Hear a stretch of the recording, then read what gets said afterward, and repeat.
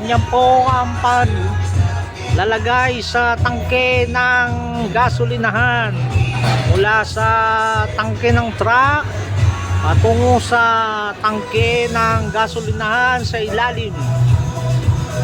Kinakabit po ang mga tubo para mabilis ang pagka-didiskarga. Yan, kita nyo yung hose kinakabit ni Manong. Yan, lock. Yan.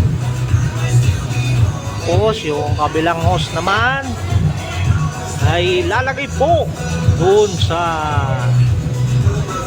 hose papunta sa tangke ng gasoline station. Yan, lock. Start.